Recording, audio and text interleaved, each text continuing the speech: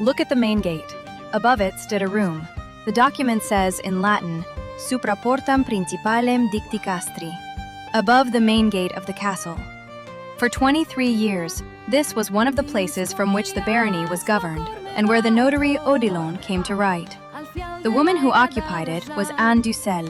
Her husband, Claude de Montfaucon, knight, seneschal of Carcassonne, and baron of Vezenobre and Alès, died in March 1490. Their son, Pierre, was still a minor. Anne became his guardian, and for more than 20 years she leased property, went to court, ordered repairs, and sold livestock. On August 12, 1490 alone, Odilon drew up 7 contracts for her. Anne leased 33 dairy goats, 17 young goats, 11 two-year-old males, 2 large castrated bucks, 27 kids, 6 bells, and 19 hurdles.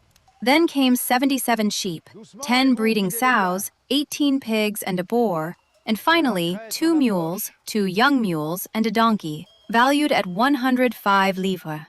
She also leased the castle itself, together with its mill, the manor house, and the estate, as well as the castle of Cadvillac. The document tells us exactly where these contracts were signed. First in the great courtyard, then in the chamber above the main gate. That room appears again in May 1505. Louise de Montfaucon, aunt of the young baron, lay dying there. Before Odilon, she dictated her will. She asked to be buried in the chapel of Saint-Louis, with 2 masses each week, and left instructions for a small box to hold the consecrated host. She owned 2 gold rings and a gilded belt. Half were to be melted down to make a chalice, the other half sold to provide vestments for requiem masses. She also left 6 florins to a poor village girl, Catherine Valençon. Pierre de Montfaucon later died childless in Italy, at Novara, the document says, ultra montes, beyond the mountains, while serving in the king's army. In November 1513, his sister, Françoise, took possession of the barony. The ritual was remarkably simple. The notary records that she opened the great gate of the castle and walked inside. Now look at the building itself. In February 1538, an inspection described its roofs.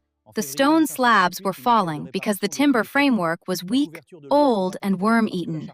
Twice, the inspector carefully added that rain gutters were not to blame, because there were no gutters at all. Someone, clearly, wanted to establish who would pay for the repairs. Anne d'Ussel, 2 women named Françoise de Montfaucon, Françoise de la Baume, Françoise de Suze, over 80 years, this barony was almost continuously held by women. This was not an exception. It was, quite simply, the normal order of things.